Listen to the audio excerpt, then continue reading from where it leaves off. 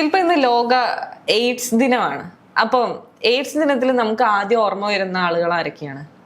Prostitution ചെയ്യുന്നവരാണ്. അതെ, prostitution ചെയ്യുന്നവരാണ്, ലൈംഗിക തൊഴിലാളികളാണ്. അവരെ കുറിച്ചുള്ള ഒരു വാർത്ത ഞാൻ വായിക്കാം. ലൈംഗിക തൊഴിലാളികൾക്ക് പ്രസവാവധിയും ആരോഗ്യ ഇൻഷുറൻസും തൊഴിൽ നിയമവും എല്ലാം നടപ്പിലാക്കി ചരിത്രം തിരുത്തുകയാണ് ബെൽജിയം.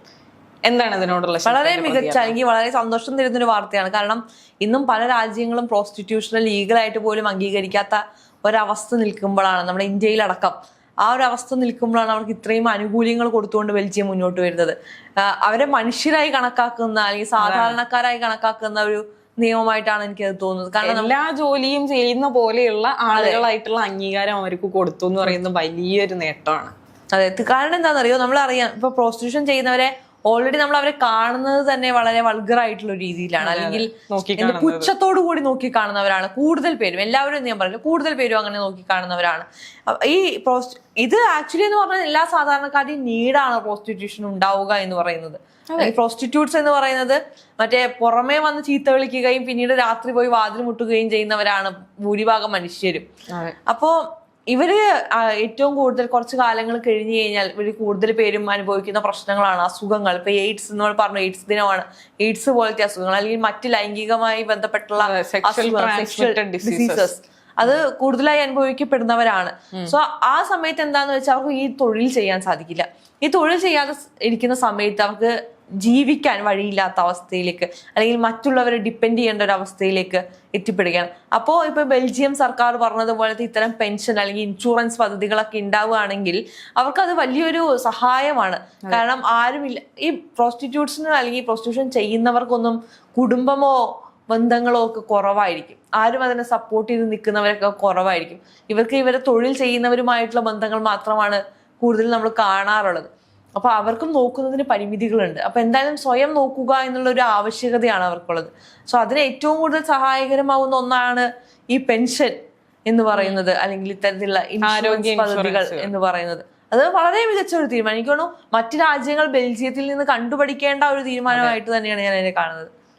പിന്നെ അവിടെ നടപ്പിലാക്കിയ ഒരു വലിയ മൂവ്മെന്റ് ആയിരുന്നു പ്രസവാവധി എന്ന് പറയുന്നത്. അതെ, ഇവർക്ക് നമ്മളിപ്പോ നമ്മൾ കാണുന്ന ഈ പ്രോസ്റ്റിറ്റ്യൂഷൻ ചെയ്യുന്ന ലൈംഗിക തൊഴിലാളികൾ എന്ന് വിളിക്കപ്പെടുന്നവർ അവരുടെ ഈ പ്രസവ സമയത്ത് അല്ലെങ്കിൽ അവരതിനെ എങ്ങനെ മാനേജ് ചെയ്യുന്നു എന്നുള്ളത് പുറത്തുനിന്ന് നോക്കിക്കാണുന്നത് നമുക്ക് എത്രത്തോളം അറിയില്ല. നമുക്കത് എങ്ങനെയാണ് അവരതിനെ നേരിടുന്നത് അല്ലെങ്കിൽ കൈകാര്യം ചെയ്യുന്നത് എന്നുള്ളത്.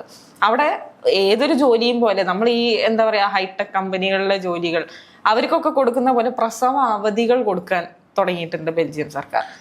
അതെങ്ങനെയാന്ന് വെച്ച് കഴിഞ്ഞാൽ എനിക്കതിൽ മനസ്സിലാവുന്ന ഒരു കാര്യം, നമ്മൾ വിചാരിക്കും ഈ പ്രോസ്റ്റിറ്റ്യൂട്ട്സ് അല്ലെങ്കിൽ പ്രോസ്റ്റിറ്റ്യൂഷൻ ചെയ്യുന്നവര് എന്താ പറയാ ഇൻഡിപെൻഡന്റ് ആയിട്ട് ചെയ്യുന്നവരാണല്ലോ. അപ്പൊ ഇവർക്ക് ഇപ്പോ അങ്ങനെ ഒരു ലീവ് വേണമെങ്കിൽ ഇവർക്ക് അങ്ങ് സ്വയം എടുക്കാലോ എന്നാണ് നമ്മൾ പുറത്തുനിന്ന് നോക്കി കാണുന്നവർ അതിനെ മനസ്സിലാക്കുന്നത്. പക്ഷെ ശരിക്കും അത് അങ്ങനെയല്ല. ഇവരെല്ലാം കൺട്രോൾ ചെയ്യുന്ന ഒരാളുണ്ടാവും. എന്നുവെച്ചാൽ ഒരു മാഫിയ പോലെ അല്ലെങ്കിൽ അത്തരത്തിലൊരു ഗാങ് പോലെ നമ്മൾ സിനിമകളിലൊക്കെ നമ്മൾ കാണാറുണ്ട്. ഇതിനെയൊക്കെ അൾട്ടിമേറ്റ്ലി ഇതിനെ കൊമ്പത്തിരുന്ന് കൺട്രോൾ ചെയ്യുന്ന ഒരാളുണ്ടാവും. അപ്പൊ ഇവരുടെ കയ്യിലാണ് ഇവരുടെ ലീവ് ഇരിക്കുന്നത്.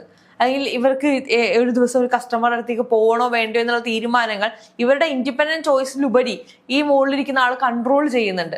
അപ്പൊ അങ്ങനെ ഒരു സാഹചര്യം ഉള്ള സ്ഥിതിക്ക് ഇത്തരത്തിൽ പ്രസവാവധി കൊടുക്കേണ്ടത് അനിവാര്യമാണ്. കാരണം നമ്മൾ വിചാരിക്കുന്നത് പോലെ ഓക്കെ എന്നാൽ ഇവർക്ക് ലീവ് വേണമെങ്കിൽ ഇവർക്ക് ലീവ് എടുക്കാൻ സാധിക്കില്ല. പക്ഷെ ഇങ്ങനൊരു നിയമം പ്രാബല്യത്തിലേക്ക് വരുമ്പോൾ തീർച്ചയായും ഈ മുകളിലിരിക്കുന്ന ഈ ആൾക്കാർ, ഈ മാഫിയകള് ഇവർക്ക് ലീവ് കൊടുക്കാൻ നിർബന്ധിതരാവുകയാണ്.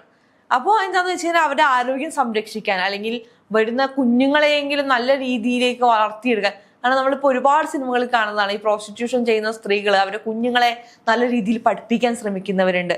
അതല്ലെങ്കിൽ അവർ ഈ തൊഴിലിലേക്ക് വരാതെ രക്ഷപ്പെട്ടു പോട്ടെ എന്ന് ആഗ്രഹിക്കുന്ന ഒരുപാട് പേരുണ്ട്. ഞാൻ ഈ അരുൺ, എനിക്ക് അദ്ദേഹത്തിന്റെ പേര് ഞാൻ മറന്നുപോയി, അരുൺ എന്ന് പറയുന്ന ഒരു മാധ്യമ പ്രവർത്തകനുണ്ട്, മുഴുവൻ പേര് എനിക്ക് ഓർമ്മയില്ല. അദ്ദേഹത്തിന്റെ ഒരു പുസ്തകമുണ്ട്. ആ പുസ്തകത്തിൽ ഞാൻ വായിച്ചതാണ് ഈ എനിക്ക് തോന്നുന്നു വിശുദ്ധ പാപങ്ങളുടെ 2ാം ഭാഗമുണ്ട്. അതിൽ 2ാം ഭാഗത്തിൽ പറയുന്നതാണ് എന്താ പറയാ ഈ നോർത്തേൺ സ്റ്റേറ്റ്സ്, എനിക്ക് തോന്നുന്നു നോർത്തേൺ ഭാഗത്ത് എവിടെയോ ആണ്, അവിടേക്കൊക്കെ പോകുമ്പോൾ ഈ ലോറികൾ കാത്ത് സ്ത്രീകൾ വീടിന്റെ മുറ്റത്ത് ഇങ്ങനെ ഇരിക്കും, ഒരു ബെഞ്ച് ഇട്ടിട്ട് ഇങ്ങനെ ഇരിക്കുകയാണ്. ഈ ലോറികളിൽ പോകുന്നവരെ നോക്കി അവരെ എന്താ പറയാ വശീകരിച്ചു കൊണ്ടുവരാൻ ഇരിക്കുന്ന ഒരുപാട് സ്ത്രീകളുണ്ട്. ഇവർ അറ്റം ചേർന്നിരിക്കുന്ന കുട്ടികളുണ്ട്. അപ്പോ ഇവര് ചോദിക്കുന്നുണ്ട് എന്താ അവരുടെ നാട്ടിൽ ആണുങ്ങൾ ജോലിക്ക് പോവില്ല, പെണ്ണുങ്ങൾ ഈ ഇത് കുലത്തൊഴിലാണ് അവർക്ക്. കുലത്തൊഴിൽ ചെയ്ത് കിട്ടുന്ന പൈസക്കാണ് ആ ആണുങ്ങൾ ജീവിക്കുന്നത്. അപ്പോൾ ആ ആൺകുട്ടി ഉണ്ടാവുന്നതിനേക്കാൾ അവരെ സംബന്ധിച്ച് സന്തോഷം പെൺകുഞ്ഞുണ്ടാവുമ്പോഴാണ്. അപ്പോൾ ഇവര് ഈ അരുൺ എഴുത്തച്ഛൻ അവരെ കാണുമ്പോൾ ചോദിക്കുന്ന കാര്യങ്ങളുണ്ട്. നിങ്ങളുടെ മക്കളെ നിങ്ങൾക്ക് വേറെ രീതിയിലേക്ക് എത്തിക്കാൻ ശ്രമിച്ചുകൂടെ? പക്ഷെ അതിന് അവരെ സാമ്പത്തിക ശേഷി സമ്മതിക്കുന്നില്ല. അപ്പോൾ ഇത്തരത്തിലുള്ള ഇപ്പൊ പെൻഷൻ പോലത്തെ കാര്യങ്ങൾ വരികയാണെങ്കിൽ അതൊരു രീതിക്ക് അവരെ ഹെൽപ്പ് ചെയ്യും. അതല്ലെങ്കിൽ ഇത്രയും എന്താ പറയാ ഘടന കൊണ്ടുവരികയാണ് പ്രോസ്റ്റിറ്റ്യൂഷൻ പോലെയുള്ള പരിപാടികൾക്ക് എങ്കിൽ അത് കുറച്ചുകൂടി കുറച്ചുകൂടി വാല്യൂബിൾ ആയിട്ടുള്ള ഒരു പ്രൊഫഷനായിട്ട് നമ്മളിപ്പോ കാണുന്ന അത്ര എന്താ പറയുക പുച്ഛത്തോടല്ലാതെ നമ്മൾ ആ പ്രൊഫഷനെ കാണാൻ പഠിക്കും. നികൃഷ്ടമായാണ് ആളുകൾ ഈ ഒരു തൊഴിലിനെ നോക്കിക്കാണുന്നത്. അത് ചെയ്യുന്നവരെ നികൃഷ്ട ജീവികളായി നോക്കിക്കാണുക, അവരെ പൊതുസമൂഹത്തിൽ നിന്ന് മാറ്റി നിർത്തുക, അങ്ങനെയൊക്കെയാണ് അവർ നേരിടുന്ന ട്രീറ്റ്മെന്റ് സൊസൈറ്റിയിൽ. പിന്നെയുള്ള ഒരു മെയിൻ കാര്യം എന്ന് പറഞ്ഞു കഴിഞ്ഞാൽ തൊഴിൽ നിയമങ്ങൾ ഏർപ്പെടുത്തി എന്നുള്ളതാണ് ഈ ഒരു പ്രോസ്റ്റിറ്റ്യൂഷന്. നമ്മളെപ്പോഴും ഞാൻ ഈ നളിനി ജമീലയുടെ പുസ്തകങ്ങളെല്ലാം ഞാൻ ഇരുന്ന് വായിച്ചതാണ്. അതിനകത്ത് അവർ കൂടെ പരാമർശിക്കുന്ന ഒരു കാര്യം എന്ന് പറഞ്ഞു കഴിഞ്ഞാൽ അവർക്ക് യാതൊരുവിധ സുരക്ഷയും ലഭിക്കുന്നില്ല. അവർ ഈ ഒരു തൊഴിൽ ചെയ്യുമ്പോൾ നേരിടുന്ന പ്രശ്നങ്ങൾ വളരെ വളരെ വലുതാണ്, വളരെ വൈഡാണ്.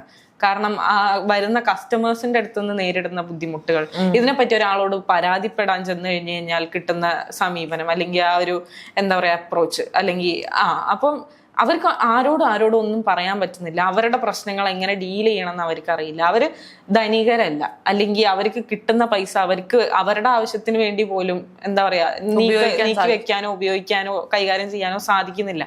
നേരത്തെ ശില്പ പറഞ്ഞ പോലെ തന്നെ ഇതിന്റെയൊക്കെ തലപ്പത്തുള്ള ഒരാളാണ് ഇതിന്റെ ഒരു ഭൂരിഭാഗം വിഹിതം എടുക്കുന്നത്. ഇവർക്ക് അതിനകത്തൊരു ചെറിയ തുക മാത്രമാണ് ലഭിക്കുന്നത്. അത് വെച്ച് അവർക്ക് അവരുടെ ദൈനംദിന കാര്യങ്ങൾ പോലും നടത്താൻ സാധിക്കുന്നില്ല. അങ്ങനത്തെ ഒരു സാഹചര്യത്തിൽ പല തരത്തിലുള്ള ബുദ്ധിമുട്ടുകൾ, നേരത്തെ പറഞ്ഞ പോലത്തെ STDs, സെക്ഷൽ ട്രാൻസ്മിറ്റഡ് ഡിസീസസ് വരുമ്പോൾ സാധാരണ അസുഖങ്ങൾ പോലെയല്ല, അതിനെ വേണ്ട രീതിയിൽ ചികിത്സിക്കേണ്ട അസുഖങ്ങൾ. അതിനെ ചികിത്സിക്കണമെങ്കിൽ വളരെ പാടാണ്. അതിൻ്റെ അകത്തൊരു മുക്തി നേടി വരണം എന്നുണ്ടെങ്കിൽ അതിനാവശ്യമായ ചെലവുകൾ വളരെ വലുതാണ്. ഈ എന്താ പറയാ ആശുപത്രിക്ക് ശേഷം വരുന്ന അവരെ ട്രീറ്റ് ചെയ്യാൻ വേണ്ടുന്ന മരുന്നുകൾ വാങ്ങാനായാലും ബാക്കി ഭക്ഷണത്തിനും എല്ലാത്തിനും അവർക്ക് പൈസ ചെലവ് അധികമാണ്. അപ്പം അതല്ലാതെ തന്നെ അവർ നേരിടുന്ന പ്രശ്നങ്ങൾ വേറെയുണ്ട്. അപ്പം ഇതിനകത്തൊക്കെ നമ്മൾ മുൻപ് ഈ പ്രോസ്റ്റിറ്റ്യൂഷനെ കുറിച്ച് ഒരു ചർച്ച നടത്തിയ സമയത്ത് അതിനകത്ത് നമ്മളും ഊന്നി പറഞ്ഞിരുന്ന ഒരു കാര്യമായിരുന്നു തൊഴിൽ നിയമങ്ങൾ വന്നു കഴിഞ്ഞു കഴിഞ്ഞാൽ ഇതിന് വലിയൊരു മാറ്റം വരുന്നുള്ളത്. അതും ബെൽജിയം സർക്കാർ നിലവിൽ കൊണ്ടുവന്നിരിക്കുകയാണ്. ഇപ്പൊ നമ്മൾ ഈ മാഫിയകളുടെ കാര്യം പറയുമ്പോൾ നമ്മൾ എടുത്തു പറയേണ്ട മറ്റൊരു സാധനമുണ്ട്. നമ്മളെ കേരളത്തിലേക്ക് ഒരുപാട് സ്പാകളുണ്ട് ഇത്തരത്തിലുള്ള body to body massage, sandwich massage, അങ്ങനെ ഒരു 10-20 ടൈപ്പ് ഓഫ് മസാജുകൾ സ്ത്രീകൾ കൊടുക്കുന്നതെന്ന് വെച്ചാൽ ന്യൂഡായിട്ട് ചെയ്യുന്ന മസാജുകൾ, അതിന് ഒരു ഹാപ്പി എൻഡിങ് ഉണ്ടാവുക, അങ്ങനത്തെ ഒരുപാട് മസാജിങ് സെന്ററുകൾ അല്ലെങ്കിൽ സ്പാ സെന്ററുകൾ നമ്മുടെ നാട്ടിലുണ്ട്. പ്രത്യേകിച്ച് നമ്മുടെ കൊച്ചിയിലൊക്കെ അത് എന്താ പറയാ കൂടുതലാണ്, അത് വളരെ കൂടുതലാണ്. അപ്പോ അവിടെയും ഇത്തരത്തിലുള്ള ഒരു എന്താ പറയാ ഒരു ഇതുണ്ട്, ഹൈറാർക്കി ഉണ്ട്. എന്നുവെച്ചാൽ ഇതിനെ കൺട്രോൾ ചെയ്യുന്ന ഒരാളുണ്ട്, അതിന്റെ താഴെ ഇത്രയും പേരുണ്ട്. സോ അവിടെയും ഈ നിയമങ്ങൾ പാലിക്കപ്പെടുകയാണ്. നമ്മുടെ നാട്ടിൽ ഈ നിയമങ്ങൾ വരികയാണെങ്കിൽ അവർക്കും അതിന്റെ ഇളവുകൾ ലഭിക്കുകയാണ് എന്നുള്ളതാണ്. കാരണം ഇവർക്ക് റേറ്റ് പറയുന്ന ഒരു 10,000 രൂപയ്ക്ക് ആയിരിക്കും ചിലപ്പോൾ പറയുന്നത്. പക്ഷെ ഇതിൽ ഈ സ്ത്രീകളുടെ കയ്യിലേക്ക് എത്ര പൈസ എത്തുന്നു എന്നുള്ളത് ഒരു ചോദ്യമാണ്. ഈ സ്ത്രീകളെ എത്രത്തോളം ഇപ്പോൾ ഒരു ദിവസം 10-20 പേരുമായിട്ടൊക്കെ ലൈംഗിക ബന്ധത്തിൽ ഏർപ്പെടേണ്ടി വരുന്ന സ്ത്രീകളുണ്ട്. അപ്പോൾ അങ്ങനത്തെ സ്ത്രീകളെ സംബന്ധിച്ച് എന്താ പറയാ അവർക്കൊരു റെസ്റ്റ് വേണമെന്ന് തോന്നുമ്പോൾ, അല്ലെങ്കിൽ അവർക്ക് അങ്ങനെ എന്തെങ്കിലും വയ്യായ്മകൾ ഉണ്ടെന്ന് തോന്നുമ്പോൾ പോലും അവർ ഫോഴ്സ്ഫുള്ളി ജോലി ചെയ്യപ്പെടുന്ന സാഹചര്യങ്ങൾ നമ്മുടെ നാട്ടിലുണ്ട്. അപ്പൊ ഈ പ്രസവാവധിയൊക്കെ വരുമ്പോൾ അങ്ങനത്തെ സിറ്റുവേഷനെങ്കിലും അവർക്ക് പരിഗണനകൾ കിട്ടും.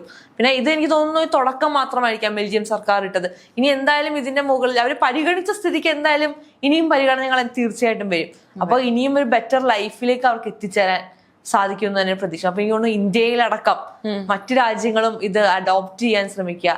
ഇത് ഇത്രയ്ക്കും ചെയ്യാൻ സാധിച്ചില്ലെങ്കിൽ അറ്റ്ലീസ്റ്റ് ഈ പ്രോസ്റ്റിറ്റ്യൂഷനെ ലീഗലാക്കാൻ സാധിച്ചാൽ തന്നെ കുറെ പ്രശ്നങ്ങൾ തീരുമെന്ന് തോന്നുന്നു. നമ്മൾ ഇതിനു മുൻപ് ഈ വിഷയത്തെ ചർച്ച ചെയ്ത സമയത്ത് അതിന്റെ അടിയിൽ വന്നിരുന്ന ആ വീഡിയോയ്ക്ക് അടിയിൽ വന്ന കമന്റുകളിൽ ഞാൻ കണ്ടത് ഭൂരിഭാഗവും നമ്മൾ അതിനെ സപ്പോർട്ട് ചെയ്യുന്നു, അത് വളരെ മോശം കാര്യമാണ്, നമ്മൾക്ക് പ്രോസ്റ്റിറ്റ്യൂഷനോടുള്ള താല്പര്യം അമിതമായ ആസക്തി കാരണമാണ് നമ്മൾ അതിനെ സപ്പോർട്ട് ചെയ്ത് സംസാരിക്കുന്നത് എന്നൊക്കെയായിരുന്നു ഞാൻ അതിന്റെ അടിയിൽ കണ്ടത്. ഇങ്ങനത്തെ ആളുകൾ ഉള്ളത് കൊണ്ടാണ് നമ്മുടെ ഈ ഇന്ത്യ ആയാലും കേരളം ആയാലും ഒട്ടും പുരോഗമിക്കാത്തത്. ഇപ്പൊ ഞാൻ പറയട്ടെ, ഈ കമന്റ് ഇട്ടവരെ കുറിച്ച് പറയുകയാണെങ്കിൽ ഈ കമന്റ് ഇട്ടവരൊക്കെ ദിവ്യപ്രഭയുടെ ലിങ്ക് ചോദിച്ചു പോയവരായിരിക്കും, അല്ലെന്ന് പറയാൻ പറ്റും. ഇല്ല ഉണ്ടാവുമായിരിക്കും കേട്ടോ, ഇല്ല മൊത്തം എല്ലാവരും ഞാൻ അടച്ചാക്ഷേപിക്കുന്നില്ല. പക്ഷെ എന്താ പറയാ, ഒരു 100 പേരിൽ 99 പേരും അങ്ങനെയുള്ളവരാണ്. ഇപ്പൊ ഇവിടെ വന്നിട്ട് മറ്റേ രശ്മി അങ്ങനെ ഒരു രശ്മി ആർ നായർ അവരെ പോലെയുള്ളവരെ പൊതുസമൂഹത്തിൽ നിന്ന് ചീത്ത വിളിക്കുകയും പിന്നീട് അവരുടെ ഇൻസ്റ്റാഗ്രാമിൽ എക്സ്ക്ലൂസീവ് ആയിട്ടുള്ള സബ്സ്ക്രിപ്ഷൻ എടുത്ത് വീഡിയോ കാണുകയും ചെയ്യുന്നവരാണ് കുറെ പേര്, അല്ലെ? നമ്മള് ഈ അബദ്ധവശാലൊക്കെ നമ്മുടെ നാട്ടിലെ ചേട്ടന്മാരെയൊക്കെ ചിലപ്പോ നമുക്ക് ഇവരുടെ ഇൻസ്റ്റാഗ്രാം എടുത്ത് ഫ്രണ്ടായിട്ട് കാണാൻ പറ്റും. അപ്പൊ നമ്മള് ഈശ്വര ഇയാള് നാട്ടില് ഇത്രത്തോളം സദാചാരം പറയുന്ന ഒരു മനുഷ്യൻ ഇവിടെ എങ്ങനെയാണ് കാണിക്കുന്നത് നമ്മൾ ചിന്തിച്ചു പോകുന്ന ടൈമുകളുണ്ട്. അപ്പോ അതിനൊന്നും വലിയ കാര്യമൊന്നുമില്ല. പൊതുവെ സദാചാരം പറയുന്നത് നമുക്കൊരു ഹോബിയാണല്ലോ, പ്രത്യേകിച്ച് മലയാളികൾക്ക്. അതിന്റെ ഭാഗമായിട്ടേ ഞാൻ അതിനെ കാണുന്നുള്ളൂ. അപ്പൊ ഇതിനെന്തായാലും ഒരു മാറ്റം വരുമെന്ന് നമുക്ക് പ്രതീക്ഷിക്കാം.